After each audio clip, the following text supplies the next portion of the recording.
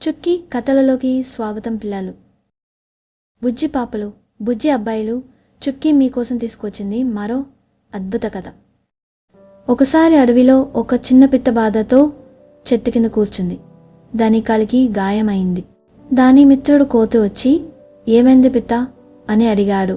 పిట్ట చెప్పింది, నా కాలికి గాయం అయింది, కానీ నా గూటి చెట్టుపై ఉంది, నేనక్కడికి ఎలా వెళ్తాను అంది.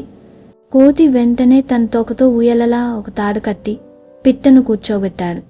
అప్పుడు ఎలుక వచ్చి ఆ ఊయలకి తాడులు కట్టి చిన్న పలకలా తయారు చేసింది. అంతలోనే పెద్ద ఏనుగు వచ్చి, నేను ఈ పల్లకిని మోస్తాను అని చెప్పాడు. ముగ్గురు కలిసి చిన్న పిట్ట కోసం ఒక అందమైన పల్లకి తయారు చేసి దాన్ని చెట్టుపై ఉన్న గూటికి తీసుకెళ్లారు. పిట్ట ఆనందంతో తన గూటిలో కూర్చుని పాట పాడుతుంది. అడవంతా ఆ పాటతో మార్మోగుతుంది. అన్ని జంతువులు సంతోషంగా చూడటానికి చేరుకుంటాయి. పిట్టకంట కన్నీరు, గుండెల్లో ఆనందం. అన్ని జంతువులు కలిసి చేసిన సహాయం వల్ల పిట్ట తన ఇంటికి చేరుకుంది.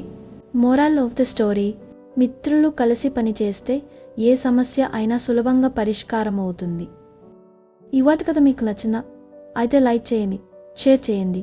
మరి ముఖ్యంగా చుట్కీ కథలు ఛానల్కి సబ్స్క్రైబ్ చేయడం మాత్రం మర్చిపోకండి.